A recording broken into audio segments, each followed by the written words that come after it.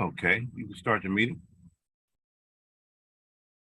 All right, so I'd like to call this Parking Commission meeting to order pursuant to revised Missouri State Statute 82487. Ms. Ali, can you please take roll? Commissioner Tyus? Commissioner Green? Proxy for Comptroller Darlene Green, Latanya Kenner present. Thank you. Commissioner Williams? Present. Commissioner Freeman? Present. Chairman Lane? Present. All right. First order of business is the approval of the minutes from 9/22/22. I'll entertain a motion. Motion to approve minutes. Second. It's been properly moved and seconded. Ms. Ali, can you take the roll? Commissioner Tyus? Proxy Kenner? Aye. Commissioner Williams? Aye. Commissioner Freeman? Aye. Chairman Lane? Aye. Okay. Motion carries. Minutes are approved. So we have 3 items for old business and 1 for new. Old business, and I'd like to get this taken care of today, is a parking permit agreement for the Regional Arts Commission. I will allow the 2 people speaking on behalf to speak. I will start with you, Mr. Maston. Then I'll go to you, Nicole, who's here for Vanessa Cooksey, who can't be here today. Don't have a whole lot to say other than the Sid's still very willing to work out something with RAC with regard to the parking. We're not keen on the idea of having all 6 spaces given to them for 24 hours a day, 7 days a week. But if we can work out some sort of compromise, we're more than happy to do that. That's it. Thank you, Mr. Maston. Ms. Belford. Hello, good morning. Thank you very much for allowing me to speak. I just want to reiterate that, the Regional Arts Commission here, we continue to use our spaces 7 days a week. And sometimes I'm here until 9 o'clock at night. We are not asking anyone to enforce those spaces. We're trying to be really good neighbors, and oftentimes we don't have the spaces out front because people use them to park for getting lunches. And when we go out and do our work and we come back, those spaces are not available to us. So it's been a challenge, but we're trying to be good neighbors. We have not formally had any complaints from our neighbors. We've talked to them directly about the space issue, and like I said, we have not had any formal complaints except from this body. We understand that people are wanting us to give up these spaces. We understand it, but we're also looking at this from a safety standpoint. I know several times in the evening when I've been here at late, we've had some issues with our homeless that have walked past and won't leave. And I literally have either stayed in my car until they've passed, or I wait until they leave the premises so I can get to my vehicle. And I know that's safety is, I know that's an issue all over, but we're just trying to be good neighbors. We're not trying to do anything that I think is out of the ordinary, especially with these parking spaces being in front of our business, but it's not up to me to decide. So thank you very much for your assistance. Thank you so much, Nicole. We'll go in order for the commissioners for if they have any questions or comments. Ms. Ali, can you go in the order of the commissioners, or can you remind me of the order? Sure. Well, Proxy Kenner. The only question, we've been discussing this item on the agenda for a while now. Can you reiterate what the final request is for? Oh, for me. I can take a stab at that, Ms. Kenner. So, because I have the same sentiment there. what, 2 months ago, 3 months ago now, asked for the two entities to come together and give us something. That hasn't happened. I have my recommendation, but I will say the initial request was for 6. There is no final request, but I do have a recommendation, but yeah, to answer your question, there isn't one. So if there is no recommendation for the parking permit, Or one how we will can we provide really one. know what we are going to vote on? We would put a motion forward, Okay, mhm, which I have prepared. Yeah. Any other questions or comments, Ms. Kenner? no, Commissioner Williams,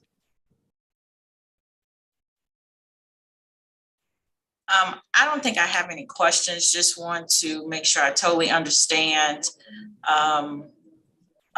Treasurer Lane, when you said that the request was for the two entities to work together to come up with a solution, and you said that that has not been done.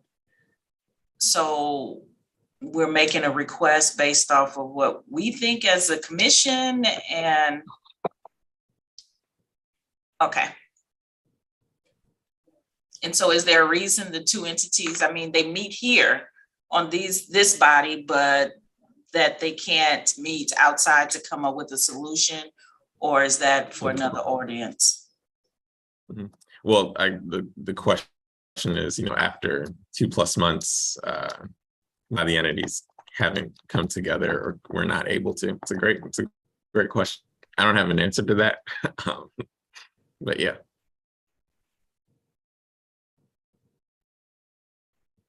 Any other questions, Ms. Williams?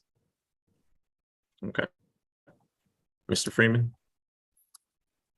No, I don't have any questions. All right, and mine were expressed. All right, so thank you, Mr. Masson, Ms. Belfort, for being here. I would like to make a motion that we readjust the contract to allow for 4 spots, 7A to 930P. Is there a second?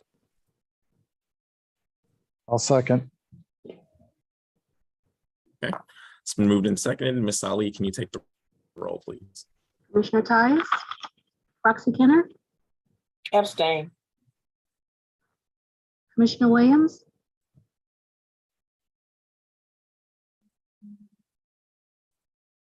Abstain. Commissioner Freeman, Aye. Chairman Lane. Aye. Motion carries. Thank you all for being here. So we move to 4 spots, 7A to 930P. We will adjust the pricing as such. And again, all as it's stated in the contract, it'll be up for review in a year. Or a year from the original contract date. Quick question. So you're Go ahead, gonna Mr. Masson. can you send out the result of the vote then? Can we send out? Yeah, I just want to make sure I've got the right thing to pass along. That's all. Yep, we can send that out. Do you need me to reiterate it? That's probably good. Let me take notes here. That's better than me remembering things. So you have 4 spaces, right? 7A, 9 to 930P. 7 a.m. to 9:30 p.m. That's 7 days a week, right?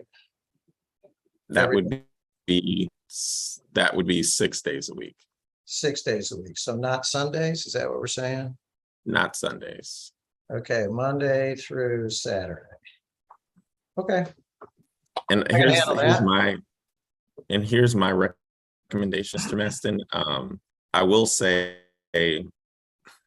as unfrustratingly as possible, that when we did bring this matter to the table, I assumed, and it was our best recommendation, that within the time period allotted that you all would be able to come to the table and have a discussion and agreement.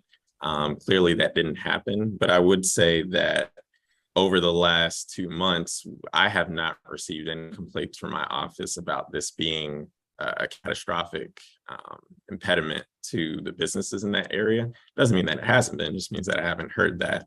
But I do think that it is beneficial for the CID and for the businesses in the area, the organizations in the area, to work together in an effective way on matters like this. It's not a space that I frequent in my day-to-day in my work, but this is a space that you are familiar with that RAC is familiar with. I would say that I don't want this to be the end of the conversation. So we want to, where, like I said 2.5 months ago, we want to be in a space where things work.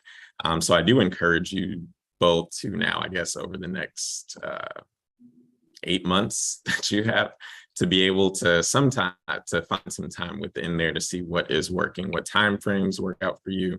And I would definitely be willing, and hopefully the rest of this commission will be as well, to hear what you do come up with. And if there is a difference, if there's a change to the hours, if there's a change in number of spaces that you all work out, we're more than happy to accommodate that. But I think initially the fact that this was such a big issue, but you all haven't been able to come to have a conversation about this in the last 2.5 months is,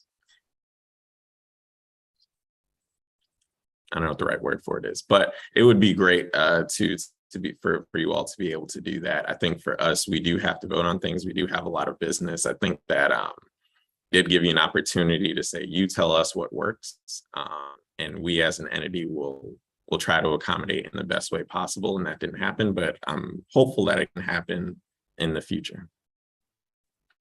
So I guess from our perspective, we thought the initiative was coming from someplace else. So that's why it didn't happen. But I'll take it and we'll work on it. We'll take the initiative on this time. Sounds good. Thank you. Okay. Next item on the agenda is the Lot 177 update. So we had a meeting with St. Louis Development Corporation, our bond counsel, this morning. We received our update and our numbers from Desmond. Took them a little while. Right now, we have an understanding of what that gap might be for the new parking garage that will go behind or right next to the convention center behind Washington Ave. We're not going to disclose that gap right now, but just wanted to give you what the next steps are. So that pro forma was built out for about 1,200 spaces. The St. Louis Development Corporation wanted to look at a pro forma that would account for 960 spaces, which would be approximately 2 levels taken off of that original design. So we are bringing that feedback as well as some questions that we have about, because we just got the initial study back, but some questions we have around the initial demand study to the study partner, Desmond and Associates, for them to review and provide us with an update on that. So that's where we are with Lot 177. But I will entertain any questions from commissioners on the project.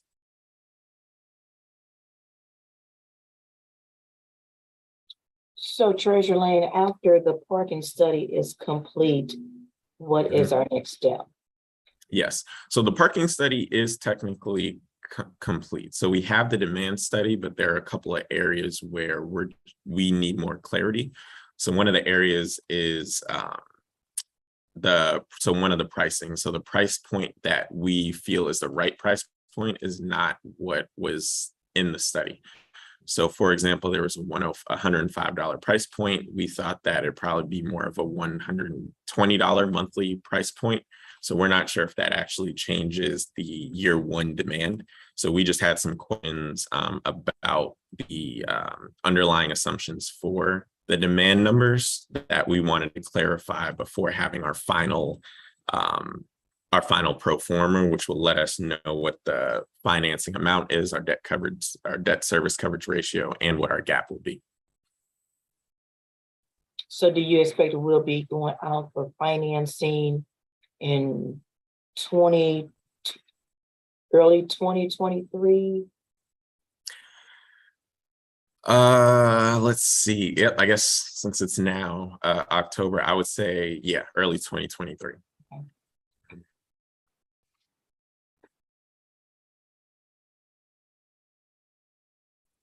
And I think it's our hope to have the right sizing by the end of this year, and then also knowing whether we have knowing what our financing gap would be, to be able to see what makes sense moving forward.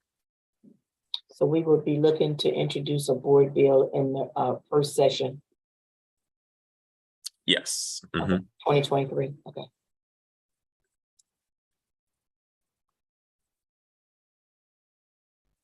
Thank you. Absolutely. Ms. Williams, any questions on 177? No, sir. Right. Mr. Freeman? No questions. Excellent. So again, not a voting item. The next item of old business is the Administrative Hearing Officer RFP.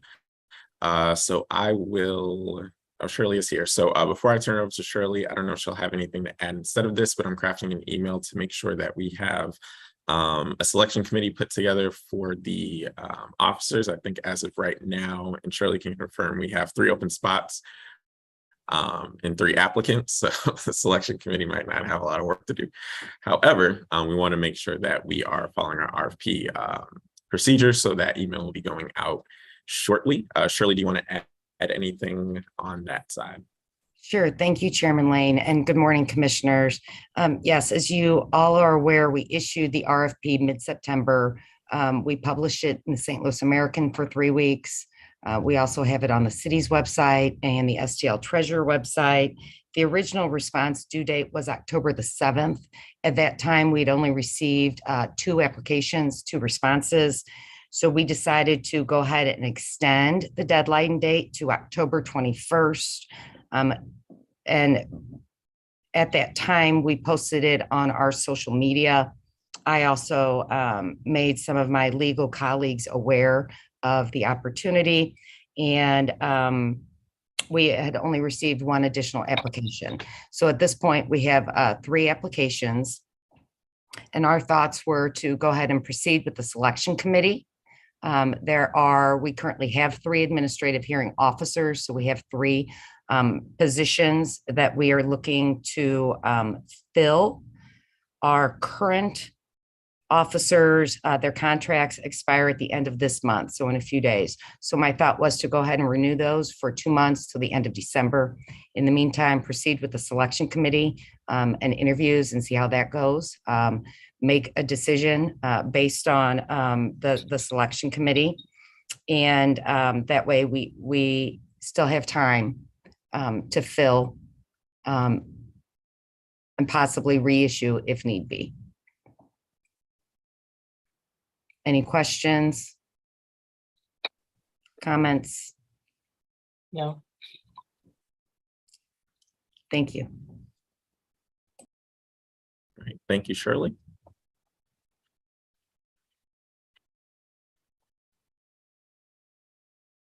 Okay, so the next order of business is our cashless pay presentation. So we will be coming back with the actual contract, and we'll send that out to commissioners for review before voting. But we have been working on a cashless pay system, and we'll probably get a better name for it, but it doesn't mean that people won't be able to use cash during our events. So as you all know, we do event parking. So event goers will use the City Hall lot. They'll use the Keela Garage and our Justice Garage and other lots in and around the area for events. As of right now, it's a cash only system. So in order to park on our City Hall lot, it is they would have to use cash. So what this allows us to do is have a accept electronic payments. So we can take cards, we can take app-based pay. We'll be able to take app-based pay or tap pay, as well as pre-reserving spots, getting a barcode and scanning that, which we believe will make it easier for folks to get on and off the lot, and also just reduce the inaccuracy that comes with handling large amounts of cash. The entity that we decided, we got presentations from a bunch of different companies. We saw what they offered. We are going with Ballpark, and I'm going to turn it over to Mr. Freeman to talk about what that looks like and just kind of share some of those features. Thank you. And I think, Len, you should be able, or Mr. Freeman, you should be able to share as needed. Can you see my screen? Yes. Yes, we can. Okay, so this is the current cashless device we are using called Ballpark. It's a Flash technology company. They were actually just bought by Flash. So let's see. Let me get, so it's a cloud-based management, parking management. So this is what we use. It's an iPhone 11. We are allowed to use our own iPhones. We don't have to purchase the iPhones from Ballpark, and it's used through an app. So what we have to buy from them, Ballpark, is, so basically this is what it would look like.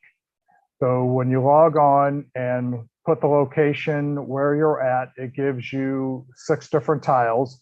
You could use cash, credit, barcode, which we don't use, but through one of our companies that we use, Park Mobile, they have a reservation one, and it uses a QR code, and it would read the same thing. So we use that. We don't use hang tags. And these two are VIP and print receipts. So basically, this is what the back of the phone would look like. It's a slide. So basically, you would slide your credit card down here, and it literally takes 2 seconds to read. So after it reads, it will give you this screen. And let me see real quick if I could show you a small. So basically, after it reads, it'll give you this screen right here, and it'll tell you if it accepted the payment, or green means accept, and red would mean it did not accept. So if it accepts, then we would swipe the card and let them in. They are not finished developing their tap to pay yet, but with this slide, that when they're finished, all they have to do is basically turn it on. So we would never have to buy another new updated version of it. So if anybody's ever used tap before, they know what these 4 little lights mean. So you would basically hold your credit card, if you have the tap option, or your debit card, hold it up to the back of this. The 4 lights would turn green or red, depending if it's accepted or not, and you move on. We have printers, so we don't have to buy printers from them. So they do integrate with Park Mobile, who we do use. So it would not be an integration charge. Let's see. So basically, the software and the information we would use, it's a $99 one-time fee, no matter how many devices we have. With the slide, the one I just showed you, it's $350 for 12, because we have 12 different locations or entrances that we would use them at. It would be $4,188. We don't need any printers, so there's no charge there. So basically, the first charge for equipment, oh, I'm sorry, I forgot to say that part of the charge for the sled would be, it's called an OtterBox, which basically would protect the slide and the phone in case you would drop it. So it's really $300 for the sled and $50 for the OtterBox. Like I said, I think we get the phones basically for 99 cents through AT&T, and we already have them. So for the subscription to their software, it's $120 a month for each device we would use. So that would be the total charge per month for 12 devices, $1,440.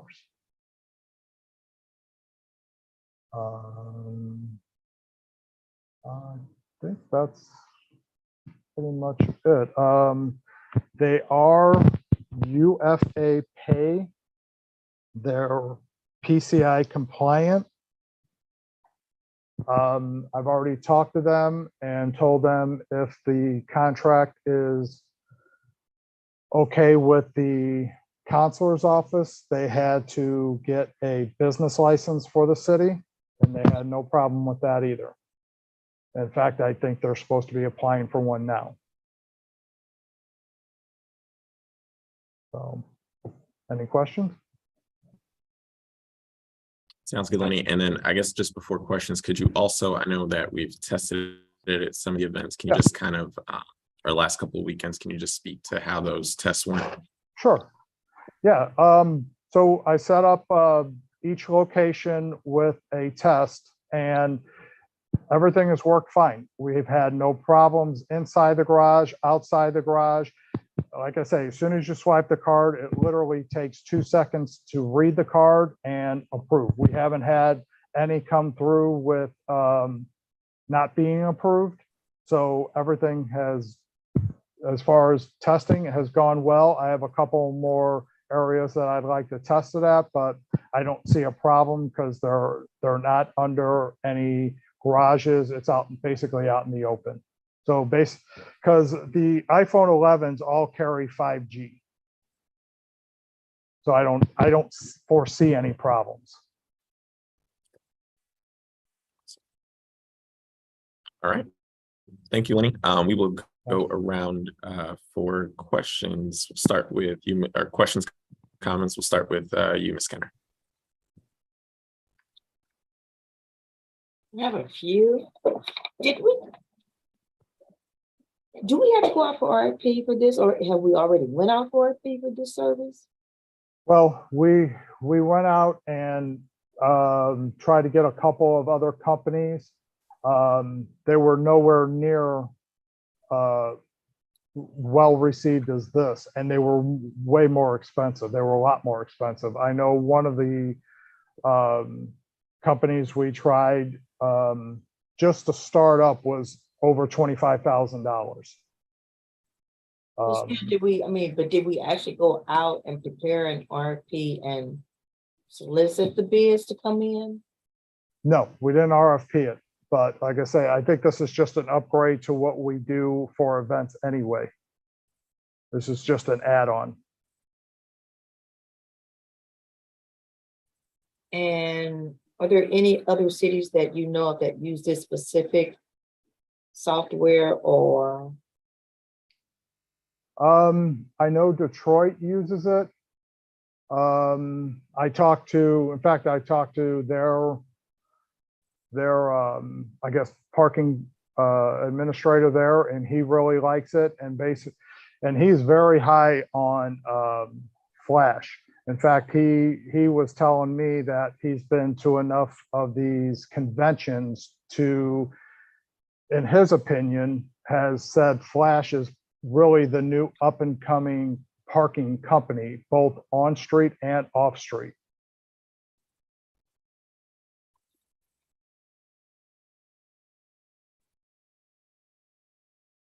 So say, for example, if I am coming to a meeting at the city of St. Louis City Hall, and I have my ticket, Okay. park on the lot, and I'm coming out 2 hours later and there's no attendant, then how would I be able to exit?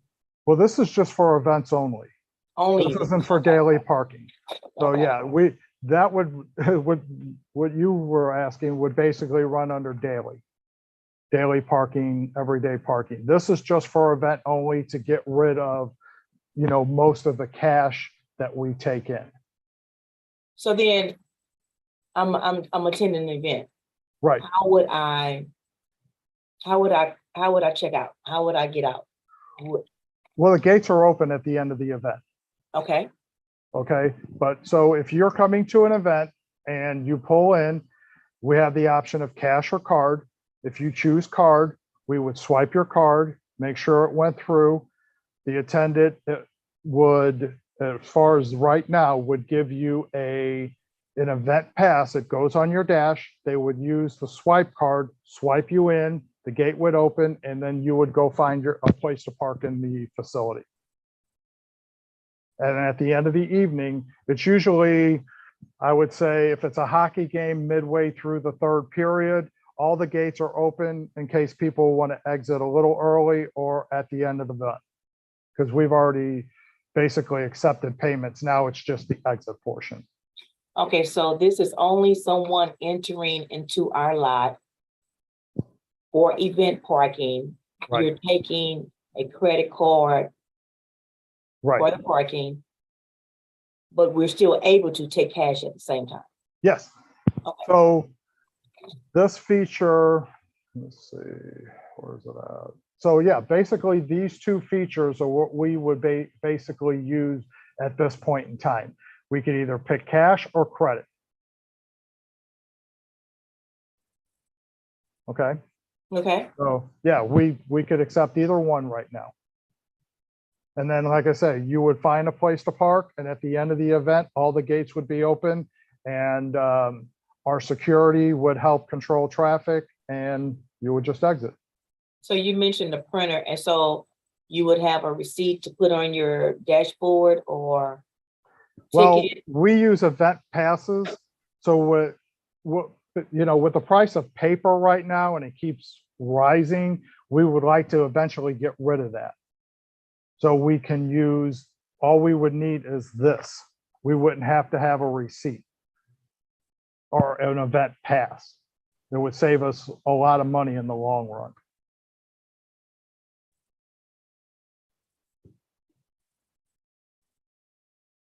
Okay, You have any more questions? I'm happy to answer. I don't think I think I got the two event and then just regular parking kind of mixed Mixed up. up? Okay, so daily parking, pull up, you grab a spitter ticket, go do business, and on the way out, you pay the cashier at the booth, and you can do that the same way with either a credit card or cash. Okay, Basically the same thing with event. You pull in, you'll have the option to pay the event fee with either cash or a credit card. So after you pay, they would throw the event pass on your dashboard so they know you've paid. And they use the swipe card to raise the gate, and then you would go find a place to park in any of the facilities that you're parking at. And then when you get ready to leave, the gates would already be up, and our security would basically help you exit by controlling the traffic.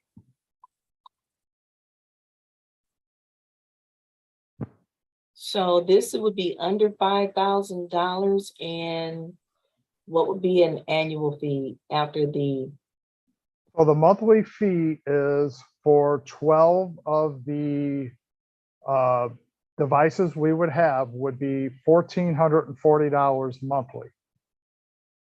And that's for the use of their software and, you know, their device software. Their back end, so reports, you know, get online and program the events in their system. so then, if I'm correct, we would be paying about $17,280 a year? Right, Okay, just for the software. just for the software. Yeah, which I think we did some calculations, would be honest, much cheaper than if we would have to pay the service fee. But for the credit card use. Just because, just with the Keel Garage alone, there's 1,200 spaces, over 1,200 spaces at 4 devices. So if we would have to pay per swipe for a credit card. And I think we're paying 43 cents right now. So if we paid 43 cents per swipe times 1,200 spaces, that's $516, and then multiply that by 4. So that's $2,064 per event, just for one location. And just say it's for hockey, multiply that by 44 home games, we're at $90,816 if we paid per swipe or per transaction fee. So with the $17,000 a year we're paying for this, it pays for itself, I don't know how many times over, if we had to pay per swipe or per transaction fee. So we're saving a lot of money in the long run with with basically the $1,400 a month service charge or subscription fee.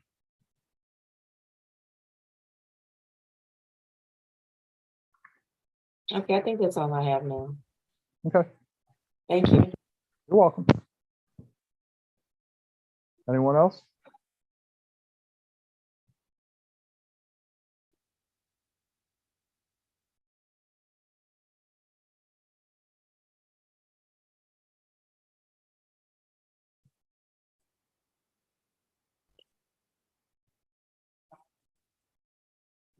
Anything from you, Ms. Williams?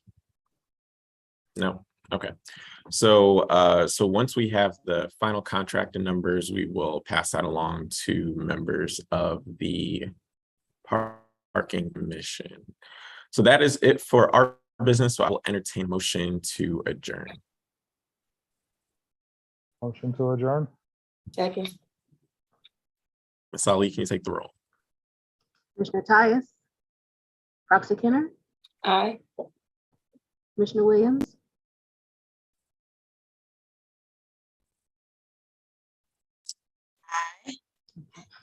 Commissioner Freeman, Aye. Chairman Lane. Aye. So we are adjourned. Thank you, everyone. Thank you. Have a good weekend. You too.